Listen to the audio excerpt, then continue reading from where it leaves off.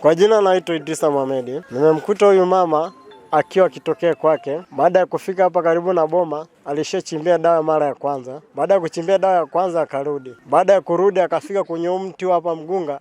Alipofika kwenye mgunga akapigiwa simu akaambiwa, "Je, ile dawa uliochimbia sio sahihi.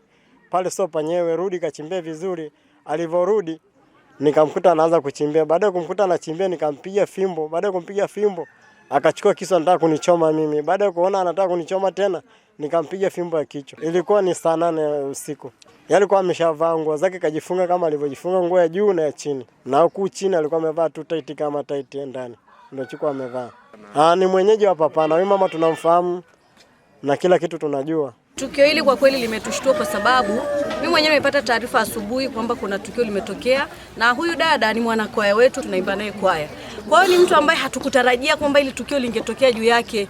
Ila sasa mimi ninasema kwamba kwa yeyote mwenye tabia hii, hata Mungu hapendi, sababu kanisa tunafanya kama vile ni chaka, lakini ni vitu ambavyo tunatakiwa tuache maovu. Kwa hiyo limetushangaza na kutushtua sana. Waache habari ya kuloga kwa sababu uchawi. Na Biblia inasema mwanamke muovu haruhusiwi kuishi. Lakini sisi kwa sababu hatuendani na hayo, kwamba tunawaonya kwa upendo, waache tabia za uchawi. Kwa jina naitwa Mwamvua Swalehe.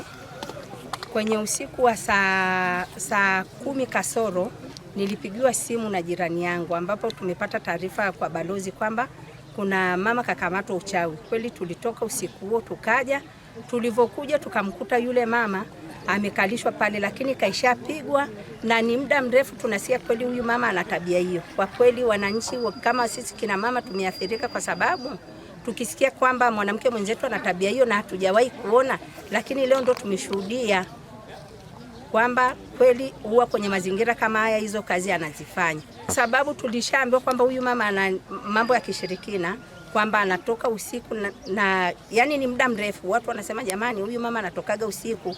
Kwa kuwa mtu hujamshuhudia si rahisi ujue kwamba kweli huyu mama ni mtokaji wa usiku.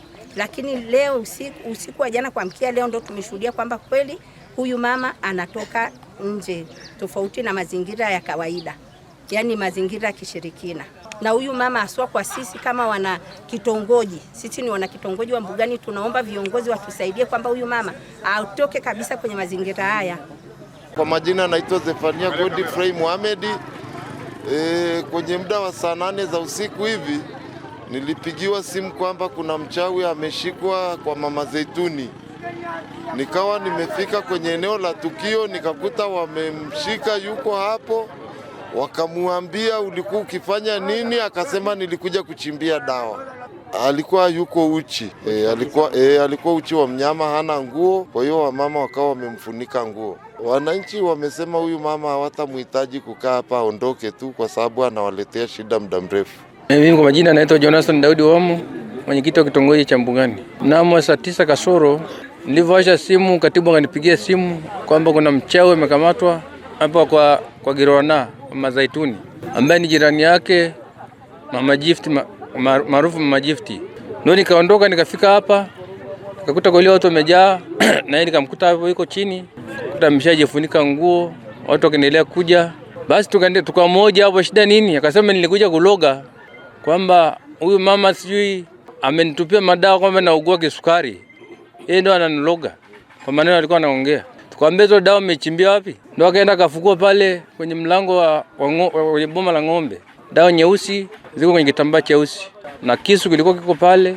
Ndio hivyo taharuki katokea kama hiyo. Yeye nimemkuta amepigwa rungu wa kichwa. Sababu naye alikuwa anajibu shambulizi kwa maelezo niliyosikia. Alivyokuta na yule mlinzi wa boma, naye alikuwa anajibu shambulizi na kisu nataka kumchoma. Ndio akapigwa rungu wa kichwa kaanguka chini. Watu walikuwa wanasema ni mchawi, lakini sasa nilikuwa sina uhakika, lakini leo ndio tumeshuhudia kwamba ni mchawi kweli. Kwa tabia kama hii ni mbaya sana. Mtu alikuwa na malengo yake, lakini mtu anakuja anamrudisha nyuma, anaanza upya. Tabia hii kwa kweli tunaomba ikome, na huyu mama kwenye kitongoji hiki hatutamhitaji tena.